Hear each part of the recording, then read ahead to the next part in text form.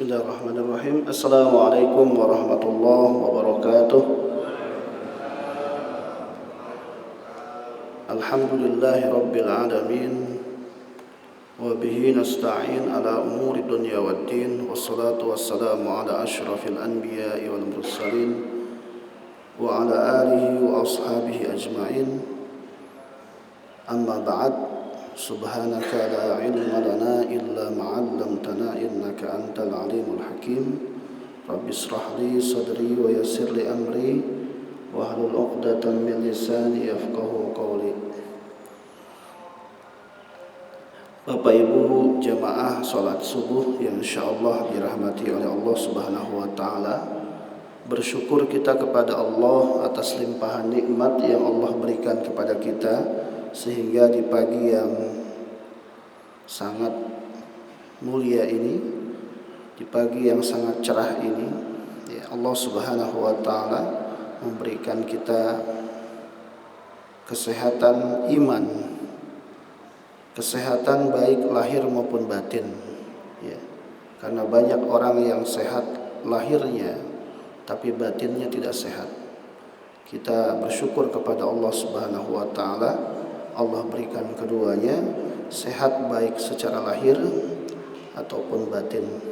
Tentu bukan berarti tidak ada keluhan dari sisi kesehatan kita, tapi ala kulli hal kita bersyukur Allah masih mudahkan kita untuk beribadah kepadanya. Salawat dan salam semoga tetap tercurah limpahkan kepada Nabi kita Muhammad Rasulullah SAW, kepada keluarganya, para sahabatnya, semoga kepada kita semuanya insyaallah. Bapak Ibu rahimakumullah, jemaah yang insyaallah dirahmati oleh Allah. Tema yang kita sama-sama akan bahas itu adalah tazkiyatun nufus, ya. Ala Ki Haji Ahmad Dahlan, atau tazkiyatun nufus yang dijadikan sebagai sandaran, ya, cara oleh Ki Haji Ahmad Dahlan. Karena mungkin sebagian kita atau masyarakat umumnya menganggap bahwa Muhammadiyah ini tidak concern terhadap persoalan qalbu. Seakan-akan demikian, ya. Muhammadiyah itu enggak fokus terhadap permasalahan hati, tidak sibuk ngurusin hati, tapi hanya sibuk misalkan membangun, misalkan seperti itu. Ya, ada yang beranggapan demikian. Tazkiyatun nufus ini banyak juga kemudian disamakan dengan tasawuf. Ya. Kalau Muhammadiyah di dalam bertasawuf tidak mengikuti satu tasawuf tertentu, ya, tapi lebih kepada substansinya, lebih kepada intinya. Inti dari tazkiyatun nufus ataupun tasawuf itu adalah olah jiwa, pembersihan jiwa dari apapun yang dianggap penyakit-penyakitnya. Itu intinya. Maka Muhammadiyah masuk pada wilayah itu. Muhammadiyah kemudian tidak berpegang pada satu tasawuf tertentu, misalkan Naqsabandiyah, Tizaniyah, Sanusiyah, dan lain sebagainya. Tidak berpegang pada satu tasawuf tertentu, tapi lebih kepada substansinya, bahwa tujuan dari tasawuf itu adalah pembersihan jiwa. Makanya salah satu ulama Muhammadiyah yang bernama Buya Hamka pernah menulis satu buku yang berjudul Tasawuf Modern. Maka itu buku tersebut tidak mengarahkan pada satu sekte tasawuf tertentu. Yang tadi saya sebutkan di antaranya, ya, Sanusiyah, Siziliyah, banyak sekali, ya, Naqsabandiyah, ya, Qadiriyah, bersandar kepada Abdul Qadir Az-Zailani, ya. Sanusiyah bersandar kepada Imam As-Sanusi. Ini banyak berkembang di negara wilayah Afrika. Mesir juga seperti itu. Kalau mungkin di ormas yang lain misalkan kita katakan Nahdlatul Ulama. Nahdlatul Ulama itu tasawufnya bersandar kepada Naqsabandiyah. Fikihnya bersandar kepada Imam Syafi'i misalkan. Akidahnya bersandar kepada Asy'ariyah atau Asy'ariyah. Nah, Muhammadiyah tidak masuk pada satu ulama tertentu atau sekte tertentu untuk menentukan tasawufnya, fikihnya, ya, termasuk akidahnya. Seperti itu. Ini perlu disampaikan biar kita bisa menjawab pertanyaan-pertanyaan yang muncul di luar tentang seperti apa pemahaman Muhammadiyah tentang tasawuf itu sendiri. Jadi intinya tasawuf yang dipegang oleh Muhammadiyah lebih kepada substansinya. Ya. Muhammadiyah ingin keluar dari hal-hal yang menurut Muhammadiyah perlu hati-hati dalam hal itu. Takut masuk pada wilayah yang dikatakan misalkan kok ini seperti ini misalkan. Jadi sumber yang dipakai oleh Muhammadiyah untuk kemudian digunakan sebagai cara bertasawuf itu tetap kembali kepada Al-Quran dan As-Sunnah. Ya, hadirin rahimakumullah. Ya. Tazkiyatun nufus itu apa maknanya? Kata tazkiyah itu maknanya dua. Ya. Yang pertama maknanya at-tathhir. Di tazkiyah itu maknanya dua. Yang pertama at-tathhiru, artinya membersihkan. Membersihkan apa? Tathhirun nafsi minal akhlaq was sifat adz-dzamimah. Membersihkan jiwa dari akhlak atau sifat-sifat yang buruk. Itu yang pertama, makna yang pertama dari kata tazkiyah. Ya, jadi membersihkan jiwa. An-nufus itu jiwa, tazkiyah itu membersihkan. Ya, jadi yang dimaksud dengan tazkiyah itu adalah at-tathhir, membersihkan dari setiap potensi jiwa yang dia kepada keburukan. Dibersihkan itu. Ya, hati suka sama apa, misalkan dengki sama orang, dibersihkan. Hati itu misalkan ya bawaannya nggak pernah memaafin kesalahan orang lain, itu harus dibersihkan.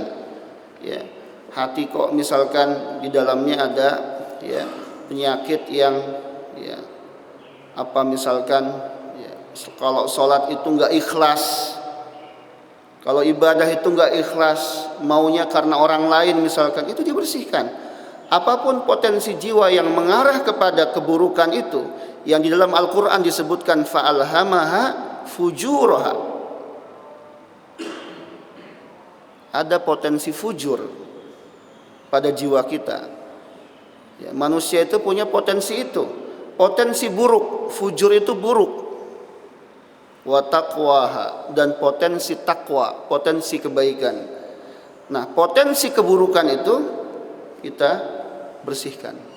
Jadi makna yang pertama itu at-tathhir atau membersihkan. Membersihkan dari apa? Dari hal-hal yang dianggap buruk. Yang kedua itu maknanya az-ziyadah. Ya. Apa itu az-ziyadah? Az-ziyadah artinya menambah. Ziyadatun wa tanmiyatun nafsi bil akhlaqi was sifatil husna. Ya. Menambah dan memperkuat jiwa dengan akhlak atau sifat-sifat yang mulia. Ya, seperti itu. Ya, jadi tadi yang pertama ada makna membersihkan dari yang hal-hal yang buruk, dari akhlak yang buruk. Yang kedua maknanya adalah ya, menambah ya, hati kita dengan hal-hal yang baik, menambah diri kita dari hal-hal yang baik. Akhlak yang baik menjadi perangai dalam kehidupan kita. Hadirin rahimakumullah, ya. Ada 5 urgensi, ya, 5 pentingnya tazkiyatun nufus. Yang pertama adalah salah satu sisi ajaran agama yang tidak boleh terlupakan adalah tazkiyatun nufus. Jadi kita nggak bisa mengenyampingkan ini, ya, akhlak, kalau dalam bahasa yang lain akhlak, ya. Kita nggak bisa mengenyampingkan ini, ya. Mengenyampingkan akhlak itu nggak bisa, ya. Menyampingkan tazkiyatun nufus itu nggak bisa. Allah bahkan menyebutkan kata tazkiyatun nufus itu berbarengan dengan kata ilmu di dalam Al-Quran surat Al-Baqarah 151, ya. Kama arsalna fikum rasulam minkum yatslu alaikum ayatina wa yuzakkikum wa yuallimukumul kitaba wal hikmah. Jadi setelah kata yuzakkikum wa yuallimukumul kitaba wal hikmah, tazkiyah baru kemudian mengajarkan ilmu atau berilmu, ya. Jadi disebutkan berbarengan itu. Dalam ayat yang lain pun demikian. Rabbana wab'ats fihim rasulan minhum, dalam surat Al-Jumu'ah. Dalam surat Al-Baqarah ayat yang lain juga ada itu. Rabbana wab'ats fihim rasulan minhum yatslu 'alaihim ayatihi wa yuzakkihim wa yu'allimuhumul kitaba wal hikmah. Habis menyebutkan kata yuzakkihim wa yu'allimuhumul kitaba wal hikmah, berarti kata tazkiyah di sini dalam bentuk mudhari, yuzakkihim itu disebutkan bersamaan dengan kalimat wa yu'allimuhumul kitab wal hikmah. Nggak bisa kita menyampingkan, ya, hal ini dalam proses yang lain. Bahkan berilmu penting dengan akhlak, ya. Mencari ilmu penting dengan proses pembersihan jiwa, ya. Suatu ketika Imam Syafi'i datang kepada gurunya mengeluhkan hafalannya, ya. Ternyata di antara hafalannya itu mudah hilang disebabkan oleh, ya, cuman maksiat kecil atau kesalahan kecil, nggak sengaja melihat betis perempuan misalkan. Imam Syafi'i seperti itu, tapi kemudian hafalannya sampai rontok, katakan begitu. Karena Imam Syafi'i luar biasa, ya. Beliau lagi ngafalin nih misalkan, ya, ini yang sebelah harus ditutup. Imam Syafi'i itu begitu, lagi ngafal Quran misalkan, atau lagi ngafal ketika beliau mau menghadap kepada Imam Malik untuk belajar itu, ya, itu kan menghafal Muwatta, ya. Itu kalau mau menghafal itu harus ditutup yang sebelah ketika mau menghafal yang sebelah sini, misalkan begitu, atau sebaliknya. Kenapa? Karena kalau nggak ditutup dua-duanya hafal. Saking luar biasanya beliau dalam proses menghafal. Satu ketika hafalannya itu, ya, tidak sekuat yang sebelumnya. Kemudian Imam Waqi gurunya mengatakan al-ilmu nurun la yuhda lil 'asi.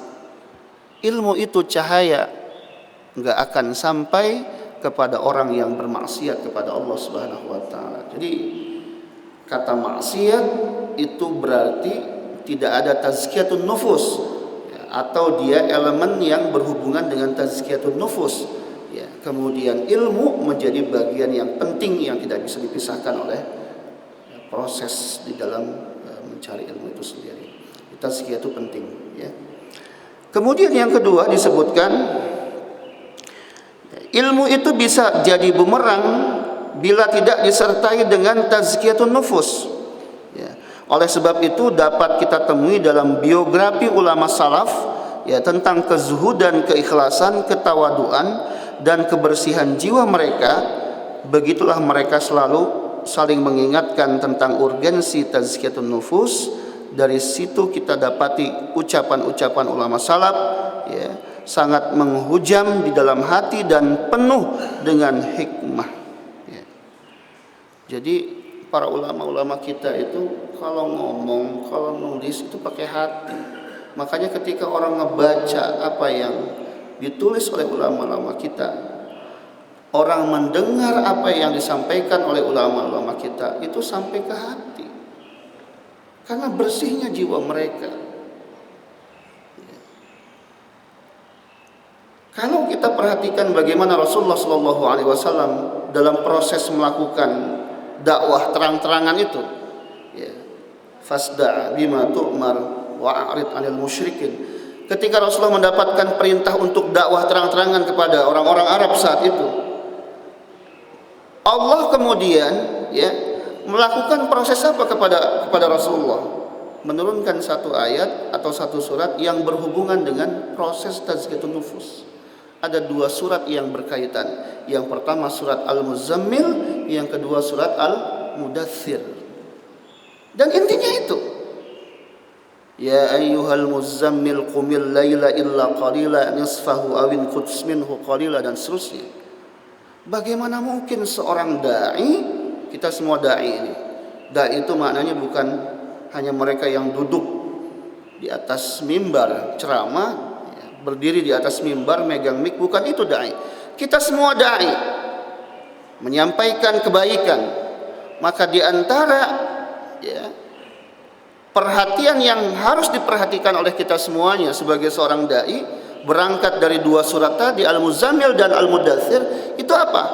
Kita harus memperhatikan kebersihan jiwa, karena apa yang disampaikan dari jiwa sampai kepada jiwa, gitu kira-kira.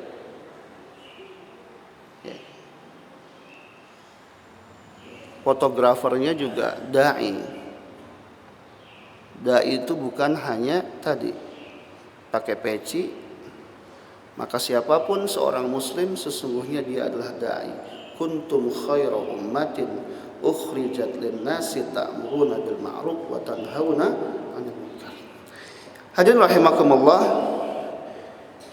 Yang ketiga, urgensinya adalah perilaku dan perbuatan manusia sangat tergantung pada kondisi hati yang ada di dalam dirinya. Apabila hatinya bersih dan baik, perilakunya baik, dan sebaliknya apabila hatinya kotor dan buruk, perilakunya juga buruk. Kita dalam keseharian pun seperti itu. Ya, perkataan kita cerminan hati kita. Baiknya kita mengasuh anak-anak kita, cerminan hati kita. Baiknya seorang atasan kepada bawahannya, cerminan hatinya. Ya, kalau hatinya penuh dengan kekotoran, busuk, maka keluarnya pun busuk. Hatinya bersih, maka keluarnya pun bersih. Ya, makanya nanti ada hal-hal yang harus kita perhatikan dalam proses tazkiyatun nufus, yang itu menjadi ya telaah dari Kiai Haji Ahmad Dahlan itu sendiri. Itu yang ketiga, ya. Perilaku kita, perbuatan kita itu adalah cerminan dari hati kita. Kalau baik perilakunya, berarti hati kita memang baik. Ya. Pesan kita buat para ibu misalkan, ya. Ketika ibu mengasuh anak-anaknya, ya, mendidik anak-anaknya, atau para guru misalkan, kalau kemudian spontan, ya, kita pernah menyampaikan akhlak itu adalah sesuatu yang spontan. Ya, akhlak itu adalah sesuatu yang spontan dilakukan. Kalau tidak spontan namanya bukan akhlak. Ya. Dan akhlak itu bisa baik, bisa buruk. Sesuatu yang spontan buruk itu berarti cerminan hati kita. Spontan yang baik itu berarti cerminan hati kita. Kalau kita mengasuh anak-anak kita dengan lisan yang baik, berarti baik hati kita atau bersih hati kita. Ya. Jadi pimpinan perusahaan bawanya marah melulu, jangan-jangan hatinya memang ada masalah. Jadi bapak bawanya marah melulu sama istrinya, padahal bisa menyampaikan dengan kalimat-kalimat yang lebih baik misalkan. Nah, itu bisa kita simpulkan ada masalah dalam hatinya. Hadirin rahimakumullah. Yang keempat, urgensinya adalah disebutkan di sini Nabi Ibrahim alaihissalam, ya, Khalilullah, dan dia panutan kita, ya, Abul Anbiya, ya, secara khusus meminta kepada Allah agar mengutus Rasul di antara anak cucunya yang kelak, ya, akan melakukan tazkiyatun nufus ini. Dalam Al-Quran surat Al-Baqarah 129, tadi saya bacakan ayatnya, Rabbana wab'ats fihim rasulan minhum yatslu alaihim ayatika wa yu'allimuhumul kitaba wal hikmah wa yuzakkihim.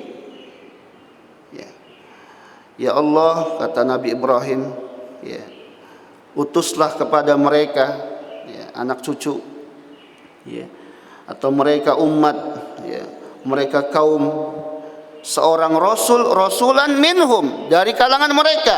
Apa tugasnya? Yatslu alaihim, membacakan ayat-ayat Allah Subhanahu wa taala kepada mereka, wa yu'allimuhumul kitaba wal hikmah, kemudian mengajarkan Alkitab, Al-Quran, Al-Hikmah itu adalah As-Sunnah Rasulullah sallallahu alaihi wasallam, wa yuzakkihim, dan membersihkan jiwa mereka.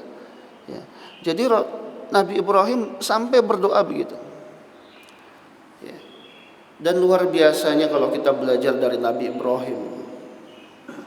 Nabi Ibrahim itu lebih banyak berdoa, Bapak. Ini buat bapak-bapak ini, termasuk saya.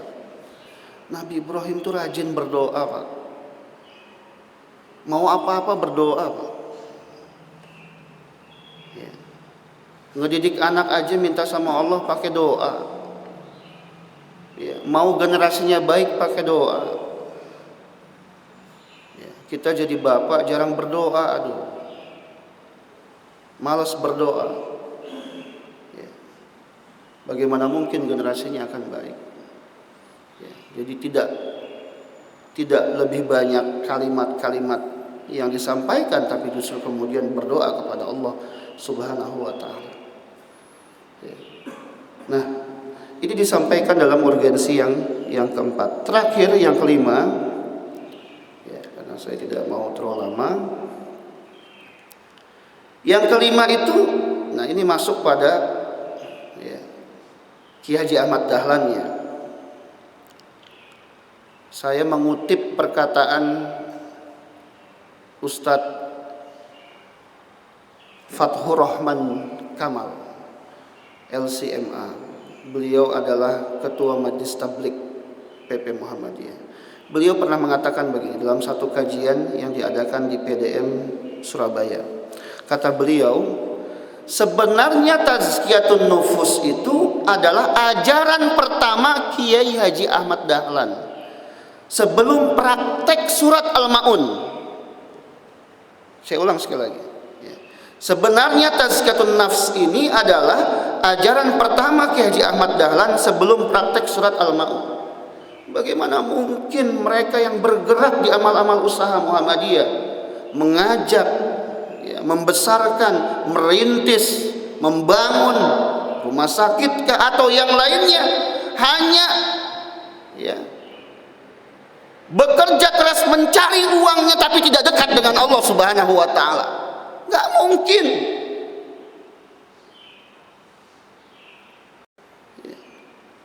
Kalau kita memahami teologi Al-Maun yang disebutkan oleh Muhammadiyah itu, yang intinya adalah misalkan ke arah 3 hal: pendidikan, kesehatan, sosial. Ini 3 pilar penting dalam proses aplikasi teologi Al-Maun itu. Kalau upaya untuk mewujudkan itu tidak dibarengi dengan rohiyah yang baik kepada Allah Subhanahu wa taala, tidak mungkin. Yang ngasih harta, yang ngebangun masjid ini Allah, yang ngebangun sekolah itu Allah, yang ngebangun rumah sakit itu Allah. Kita hanya berikhtiar, walladzina jahadu fina lanahdiyannahum subulana. Saya pernah sampaikan di forum yang lain. Kita yang butuh Muhammadiyah atau Muhammadiyah yang butuh kita? Atau kita yang butuh Allah apa Allah yang butuh kita? Kita Pak yang butuh Allah, bukan Allah yang butuh kita. Kita tidak bersama Allah, Allah ganti dengan generasi yang lain yang mau bersama Allah, yang mau berjuang dengan Allah Subhanahu wa taala, yang mau memperjuangkan agama ini. Allah ganti dengan generasi yang lain. Jadi kita yang butuh Allah Subhanahu wa taala. Nah, miris kalau kita sebagai duat atau para dai yang bergerak membesarkan ya, Islam melalui wasilah Muhammadiyah ini ya, dengan rumah sakitnya ya, dan lain sebagainya. Gedungnya mewah tapi tidak ada rohnya. Ini miris. Dan rohnya itu dari para penggeraknya yang mereka betul dekat dengan Allah Subhanahu wa taala. Bapak Ibu rahimakumullah ya. Jadi Kiai Ahmad Dahlan itu ya memikirkan tentang tazkiyatun nufus ini berangkat dari satu ayat di dalam Al-Qur'an. Ya, itu tepatnya dalam surat Al-Jathiyah ya, ayat ke-23. Bunyinya afara'aita man ittakhadha ilahahu hawa ya. Maka pernahkah kamu melihat orang yang menjadikan hawa nafsunya sebagai tuhannya ya. Berangkat dari ayat ini yang kemudian bikin apa ya, dalam kajian yang disampaikan oleh salah seorang wakil dari ketua Majlis Tabligh disebutkan PP Muhammadiyah ketika membahas tentang persoalan ini. Beliau mengatakan berangkat dari kegelisahan. Jadi ketika membaca satu ayat gelisah itu Kiai Ahmad Dahlan. Saya termasuk orang yang begini enggak, yang mengikuti hawa nafsu, yang menuhankan hawa nafsu, menuhankan HP, menuhankan wanita, menuhankan ya, pangkat, menuhankan harta kita. Ya. Yang mengorientasikan dakwah bukan untuk Allah Subhanahu wa taala tapi untuk dunia. Biar populer misalkan dirinya dan seterusnya ya. Apakah saya yang seperti itu? Itu gelisah Kiai Ahmad Dahlan. Makanya wajar ketika mengajarkan Al-Ma'un saja sampai lama sekali kepada murid-muridnya sampai itu bisa dipraktekkan ya. Saking gelisahnya disebutkan oleh muridnya dalam buku yang kecil, ini saya kutip dari buku beliau, buku muridnya ya, judulnya adalah Pelajaran Kiai Ahmad Dahlan. Beliau mengatakan begini, itu sampai Kiai Ahmad Dahlan itu nulis ya dalam papan kecil, ditempel biar itu dilihat terus gitu.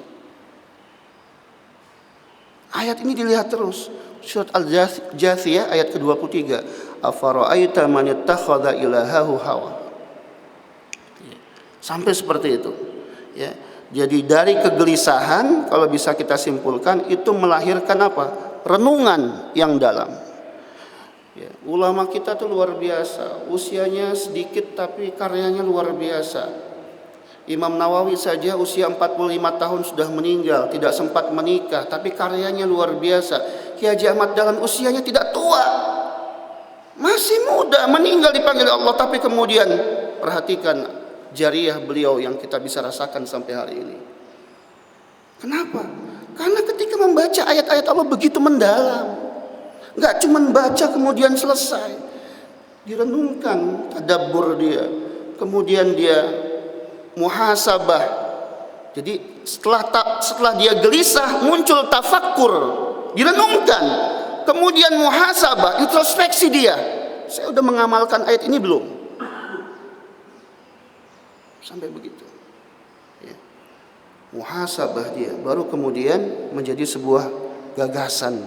Nah, muridnya menyebutkan ya, karena kita agak sulit mencari karya-karya tulis beliau, ini tulisan dari buku kecil yang ditulis oleh muridnya, dari kajian-kajian yang disampaikan oleh Kiai Ahmad Dahlan. Beliau mengatakan ada 3 cara ya, membersihkan hawa nafsu itu atau tazkiyatun nufus tadi.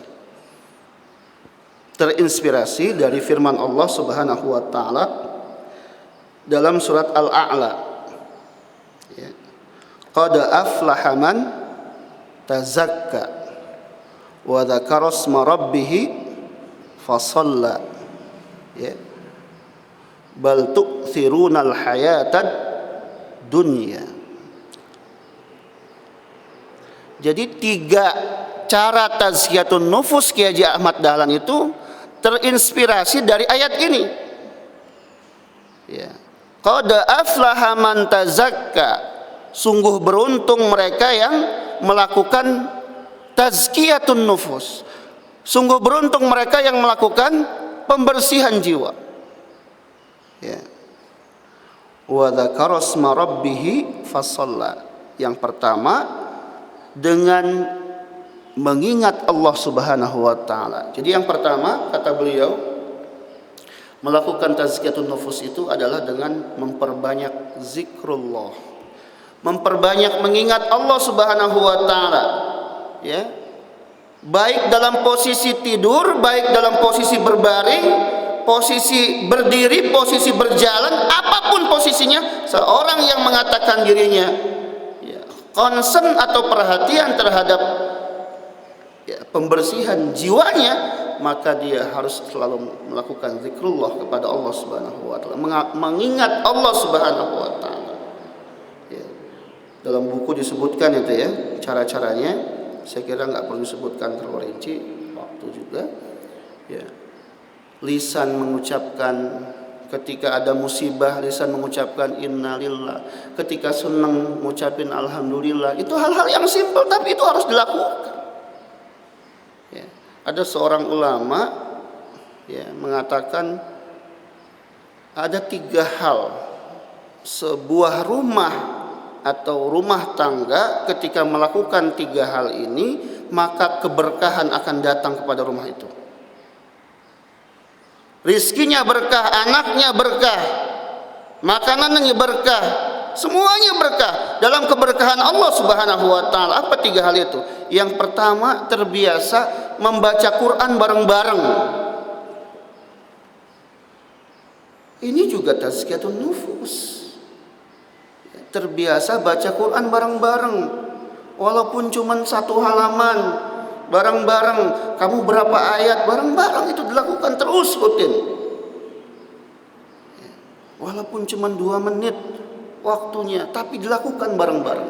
Yang kedua kata beliau, agar keberkahan datang, baca hadis-hadis Rasulullah SAW. Misalkan ada kitab Riyadhus Shalihin, atau yang lebih ringan lagi hadis Arba'in Nawawi, baca qala Rasulullah SAW, artikan sampai di situ aja, sampai artinya saja, itu sudah hal yang luar biasa. Yang terakhir kata beliau ya, biasakan istighfar dan salawat kepada Rasulullah SAW. Ini bagian dari tasawuf dan ini bagian dari zikrullah, mengingat Allah Subhanahu wa taala. Makna mengingat Allah Subhanahu wa taala dalam makna yang luas. Di pasar ingat Allah, jangan sampai berdagang itu kemudian melakukan kecurangan. Seorang guru ya, Muhammadiyah ya, harus orientasinya bagaimana anaknya itu menjadi salih dan salihah, membangun sekolah dan lain sebagainya, tujuannya untuk Allah Subhanahu wa taala. Itu zikrullah dalam makna yang luas. Bukan saja hanya lafziyah, hanya dengan lisan saja. Hadirin rahimakumullah. Yang kedua, ya, bagaimana kita melakukan proses pembersihan hawa nafsu tadi menurut Kiai Ahmad Dahlan? Yang kedua adalah dengan salat. 2 hal dilakukan, dari sisi kualitas ataupun kuantitas. Dari sisi kuantitas, perbanyak salat, perbanyak sujud kepada Allah Subhanahu wa taala. Jangan cukup dengan salat 5 waktu saja, tambah dengan duha, tambah dengan qiyamul lail, tambah dengan witir, tambah qabliyah, ba'diyah, tambah terus. Ya, dengan salat itu bisa membersihkan jiwa kita. Orang semakin tunduk kepada Allah, makanya salatnya itu ya, kalau bicara tentang kualitas salatnya, harus salatnya itu jangan cuman gerakan fisik saja. Hadirkan jiwa kita, hadirkan kolbu kita saat kita melakukan salat itu. Ya, Allahu Akbar. Bukan cuma lisan mengatakan Allahu Akbar, tapi kita mengatakan memang Allah itu maha besar, sehingga kita ketika keluar salat itu nggak ada yang lebih besar dibanding Allah Subhanahu wa taala. Nggak punya rezeki takut, nggak punya uang takut sama Allah saja. Tujuan kita atau kerja kita hanya mencari rezeki itu yang halal. Takut anaknya begini begitu, nggak usah takut. Kalau kita sudah pada posisi yang benar, pasrahin semua sama Allah Subhanahu wa taala. Kondisi hari ini membuat kita takut, jangan takut. Takut hanya kepada Allah Subhanahu wa taala. Salat kuantitasnya perbanyak, jangan hanya cukup dengan yang wajib saja. Kemudian kualitasnya perbaiki salat kita, jangan sampai salat kita hanya menjadi gerakan-gerakan fisik saja, tapi ada olah jiwa di dalamnya, pemahaman terhadap makna-maknanya dan seterusnya, sehingga kita ketika keluar dari salat kita menjadi pribadi yang lebih baik. Yang terakhir hadirin rahimakumullah adalah dengan memperbanyak ya, memikirkan bahaya-bahaya akhirat. Ya, akhirat harus memberikan dampak. Orang ketika mikir akhirat muncul rasa takut. Seorang mukmin itu ya, dalam hidupnya ada sifat roja, ada sifat khauf. Ada rasa takut, ada rasa haraf. Ya, kita takut kalau kita nanti ibadahnya enggak diterima oleh Allah Subhanahu wa taala. Kita takut kemudian di hari akhir kita ya, tenggelam oleh keringat kita gara-gara kita banyak berbuat dosa kepada Allah Subhanahu wa taala. Kita itu harus menjadi hal yang ya, hadir di dalam jiwa kita sehingga kita bisa berhati-hati ya, memperbaiki takwa kita kepada Allah Subhanahu wa taala. Hadirin rahimakumullah, itu saja mungkin yang dapat saya sampaikan. Jadi simpulkan bahwa tazkiyatun nufus ini penting ya, dalam kehidupan kita. Jangan remehkan ini dan jangan sampai ibadah-ibadah kita tuh hanya ya, menjadi rutinitas belaka yang enggak memberikan makna apa-apa dalam jiwa dan kepribadian kita. Oleh sebab itu ya, beliau mengingatkan kita akan hal ini, 3 hal dalam surat Al-A'la tadi. Kalau membersihkan jiwa, saya kira 3 hal ini kalau dilakukan dengan baik saja sudah luar biasa. Yang pertama, zikrullah, banyak mengingat Allah. Lisan, hati, badan. Yang kedua adalah ya, salat kita. Yuk perbaiki salat kita, perbagus salat kita, banyakin lagi ibadah salatnya. Yang terakhir adalah yuk terus ingat akhirat. Ingat akhirat ya, bahwa kita hidup di dunia ini tidak akan kekal tapi sementara. Oleh sebab itu kita harus mempersiapkan wal tandur nafsum ma qaddamat lighad, mempersiapkan untuk mati kita semuanya. Karena mati itu ya lebih dekat dari ya, dari apa? Dari tali sendal. Dekat banget. Itu kejadian di mana? Pontianak ya. Aduh, subhanallah. Ya, dengan mudah Allah mencabut nyawa seseorang dalam keadaan apa gitu. Ya, oleh sebab itu mari sama-sama kita terus selalu dalam keadaan ingat kepada Allah Subhanahu wa taala. Al-'afwu minkum, mohon maaf. Nasrun minkum wa fathun qarib wa basyiril mu'minin. Assalamualaikum warahmatullahi wabarakatuh.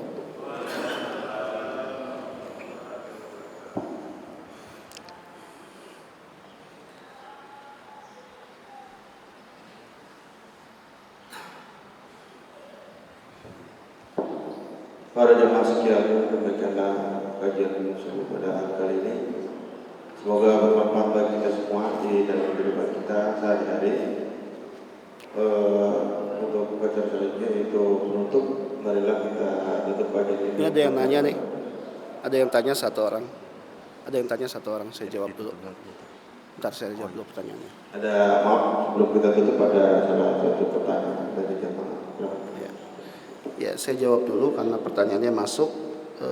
Samakah tazkiyatun nafs dengan mendapatkan hidayah? Ya, jadi tazkiyatun nafs itu adalah cara kita untuk dapat hidayah Allah. Ya, karena hidayah itu nggak bisa ditunggu, tapi dia harus dijemput. Ya, dan cara menjemputnya adalah dengan membersihkan jiwa. Apa cara membersihkan jiwa tadi? Disebutkan oleh Kiai Ahmad Dahlan minimal dalam 3 hal tadi. Ya, zikrullah, ya salat, dan kemudian banyak mengingat kematian atau mengingat akhirat. Saya kira itu jawabannya. Wallahu a'lam bishawab.